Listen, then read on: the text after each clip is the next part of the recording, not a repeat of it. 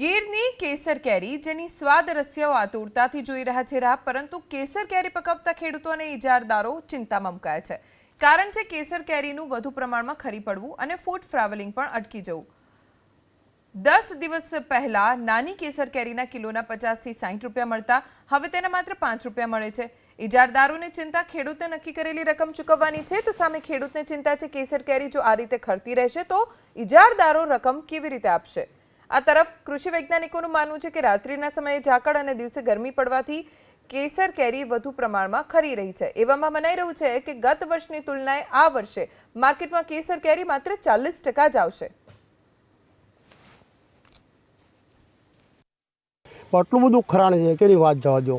રોજને 300-350 kilo ખાખડી કરે, 15-17 દાડિયા પાસે વીણાવીએ સાહેબ, એની મજૂરીના પૈસા નથી નીકળતા ને ખાખડી દેવા જઈએ તો 3 થી 5 રૂપિયા કિલો રાખે છે સાહેબ। હવે આમાં કઈ રીતે ભેગું કરવું સાહેબ? આમાં ભેગું થાય એમ નથી। એનું કારણ છે અત્યારે તડકો પડે જોરદાર, સવારના ઝાકળ પડે, પાછી મોડી રાત્રે ઠંડી પડે, આમાં કોઈ ઋતુનું લેવલ જ નથી સાહેબ।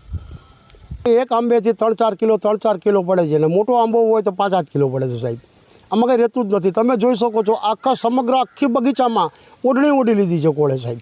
ઉત્પાદનમાં તો આપણે જોવા જઈએ તો આ વર્ષે બહુ ઓછા પ્રમાણમાં આવેલું છે આવરણ।